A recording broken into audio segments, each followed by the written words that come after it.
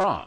Actor Ben Affleck has directed and starred in a controversial new film about Iran called Argo. I talked with him about it and how America should deal with the Iranians. So you make a movie about a time in history that a lot of people forget. 1979, Iran has American hostages. Indeed. All right? It's really hurting the Carter administration. It's one of the reasons he lost to Ronald Reagan. But why do you, a guy who wasn't even conscious at that time, why do you want to make a movie like this? You know, it was just a great story. I mean, for one thing, it's a thriller. It's actually a comedy with the Hollywood satire. It's a complicated CIA movie. It's a political movie.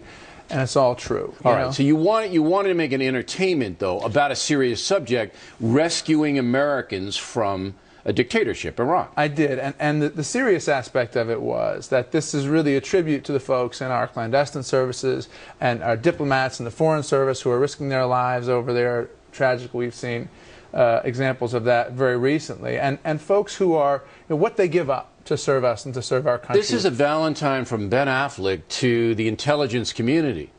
Indeed. The same people who waterboarded, the same people who renditioned.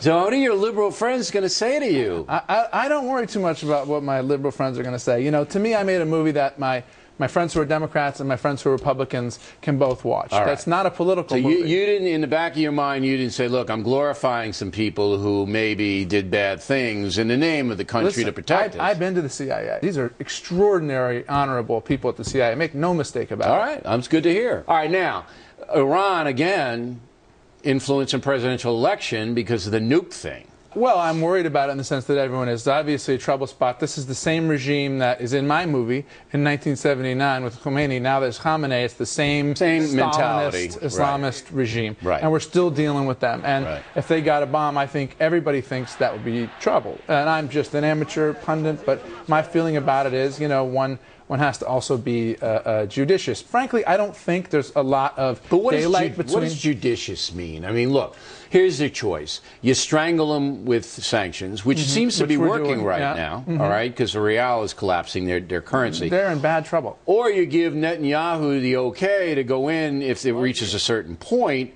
and whack them. My understanding is that Netanyahu is not, or Israel is not entirely capable of whacking them to the extent to which they need to be whacked. And I wouldn't outsource U.S. foreign policy to any other government. I would be judicious in the sense that a high percentage of Americans don't want to see another war, and one, I think, ought to be quite careful before one engages in war. However, we have to have a line beyond which we say this is not acceptable in Iran. So, all right, so if that line were crossed by Iran and they were very close, you wouldn't oppose military action to stop their nuclear program? I wouldn't oppose military action, but the question is where the line is. Yeah, and I certainly wouldn't make the line question. public, and I wouldn't be backed into the line. All right, the movie is Argo. Ben Affleck, we appreciate it. Coming up.